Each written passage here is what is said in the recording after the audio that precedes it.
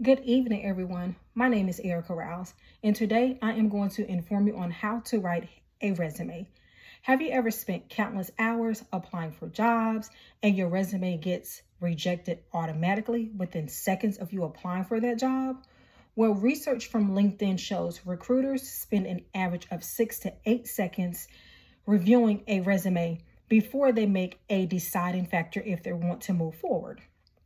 That's not much time to make a first impression, and we all know first impression means everything. Within that time frame, your resume must fulfill qualifications, professionalism, and the value that you can bring to that potential employer. It is important to make sure that your resume is clear and is tailored to the specific job that you're looking for. As college students, we want to prepare for our future career by learning how to write a results-driven resume. Writing a resume starts with structure and format. Every resume should have a section that includes all of your personal information, which is contact information, a summary, your education, your work experience, as well as your skills, which help the recruiter identify information very quick. Also, there are three main formats when completing a resume. The first format is called chronological format. Chronological format is the format that starts with your most recent job on down to your oldest job. The second format is called function. Function is basically your skills outlined. The third is called combination. Combination, of course, is chronological and function together. Now, also keep in mind, your layout of your resume should always be clear and easy to read to the eye. Also, make sure you have great spacing, you have clean fonts, and bullet points are very important because they specify everything that's needed and it makes your resume look organized.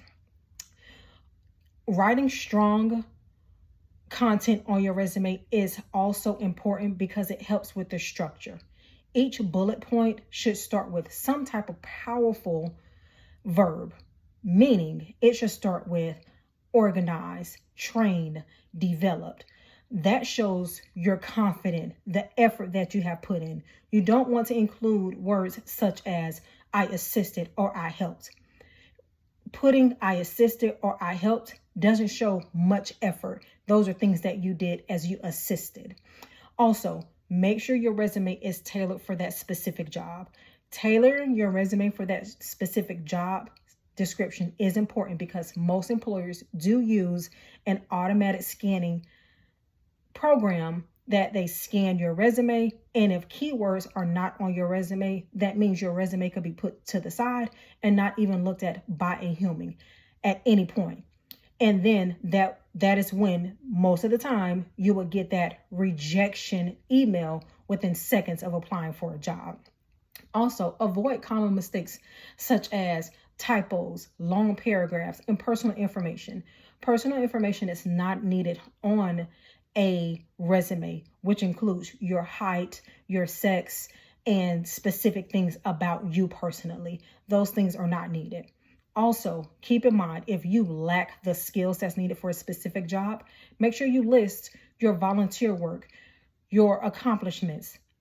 Listing the volunteer work and accomplishments are good because it helps determine if you're going to gain employment, and gaining employment is the key.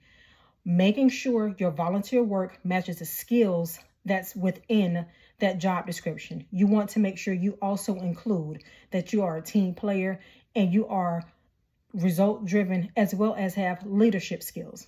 Also, your resume should be free of inconsistent formatting and make sure your resume looks very organized. You do not want your resume to look as though it's unorganized and it's not easy on the eye.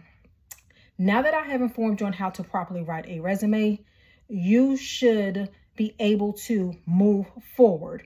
Keep in mind, your resume is a personal advertisement tool for yourself.